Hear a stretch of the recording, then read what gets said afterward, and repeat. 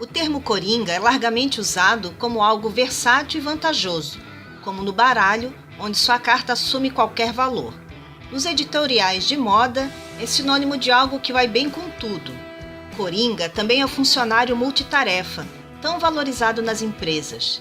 Então, por que o receio de que o filme Coringa pudesse suscitar violência? Que aspectos sociais ele aborda? Existe um subtexto político? Para responder a estas questões, tive que mergulhar fundo nas origens do controverso personagem, que pode dar o primeiro Oscar a Joaquim Fênix. Coringa é uma versão anos 40 do Bobo da Corte, o funcionário público contratado para entreter os reis desde o Antigo Egito. Seu rosto foi inspirado no filme mudo alemão O Homem que Ri, de 1928, uma adaptação do romance de Victor Hugo. O escritor francês narra a saga de um homem deformado e rejeitado pela sociedade, que só consegue o sustento ao virar atração do Circo dos Horrores, divertimento baseado na humilhação do diferente, bastante comum entre os anos de 1840 e 1970. Deficientes físicos, gêmeos siameses, africanos e anões eram comuns neste tipo de circo, que o politicamente correto aboliu. O texto foi adaptado pelo cinema francês em 2012. Victor Hugo se tornou célebre em sua época por dar voz aos marginalizados e criticar a aristocracia, como nos romances O Corcunda de Notre-Dame e Os Miseráveis, que se tornou um musical de enorme sucesso, ao descrever a extrema pobreza na França revolucionária. Como disse a cantora Nina Simone, o artista tem o dever de refletir sobre o seu tempo. Já o vilão do gibi teve sua primeira aparição em 1940. Em plena Segunda Guerra Mundial, Coringa se encaixou perfeitamente no arquétipo de bandido perverso, sem passado nem caráter, que personificava o mal para dar sentido à missão heróica de Batman, o Homem-Morcego. Ele precisava salvar Gotham City do gênio do crime. Ao longo de quase 80 anos, o personagem já teve várias versões. Na época da censura feroz da Guerra Fria nos Estados Unidos dos anos 50, sua faceta sádica foi amenizada para não corromper os jovens. Então ele se tornou um palhaço bufão da série de TV dos anos 60, com cabelo verde, jeito debochado e flores de lapela cheias de gás do riso. Versão que ficou famosa no cinema com Jack Nicholson no filme de Tim Burton de 1989.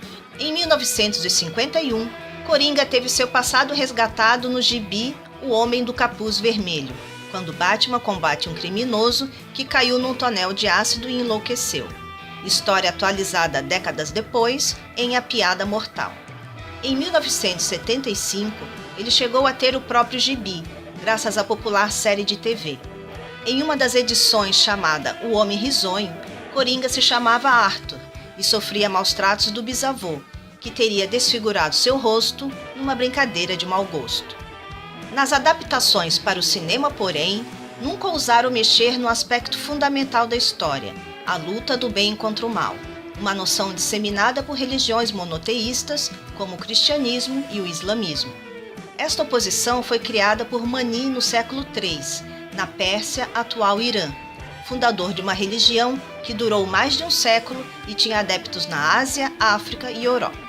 Segundo os cânones do maniqueísmo, o universo foi criado por dois princípios antagônicos e irredutíveis: Deus, ou o bem absoluto, e o diabo, ou o mal absoluto. Esta divisão sem meio termo contaminou filmes, novelas, livros e até os games, mas começou a ser questionada nas HQs dos anos 80, quando o maniqueísmo foi sendo abandonado à medida que os personagens se tornaram mais complexos. Afinal, ninguém é totalmente bom ou ruim.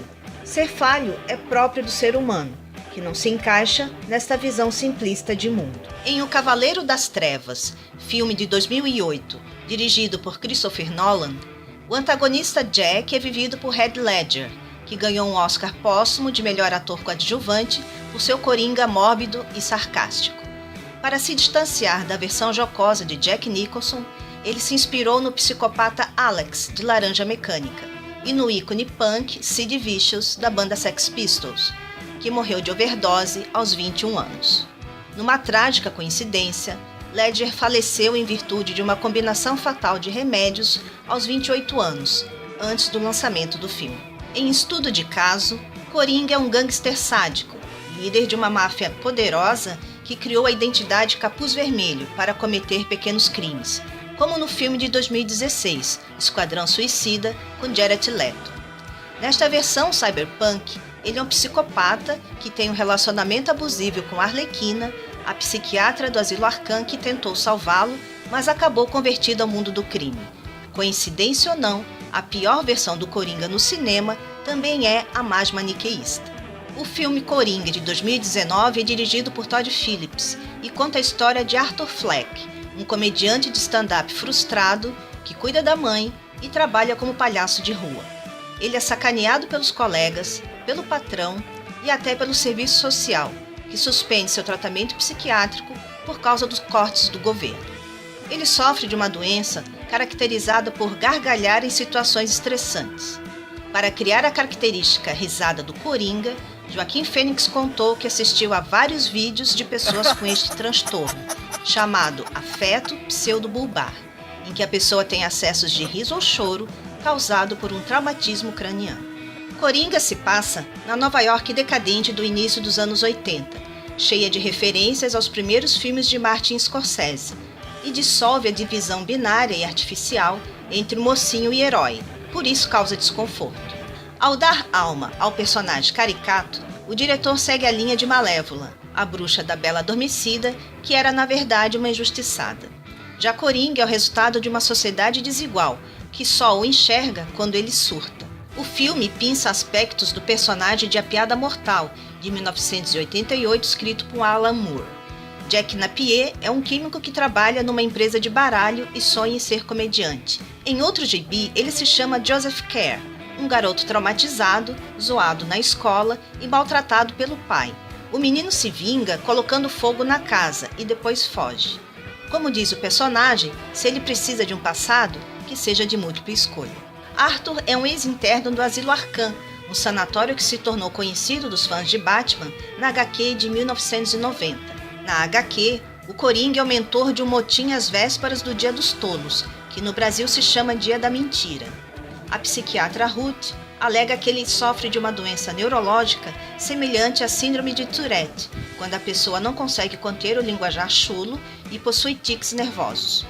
Ruth acredita que Coringa só consegue viver em meio ao caos, como se não tivesse uma verdadeira personalidade. Ora age como sádico, ora como uma criança. Ele seria o mestre do desgoverno, que vê o mundo como um teatro do absurdo.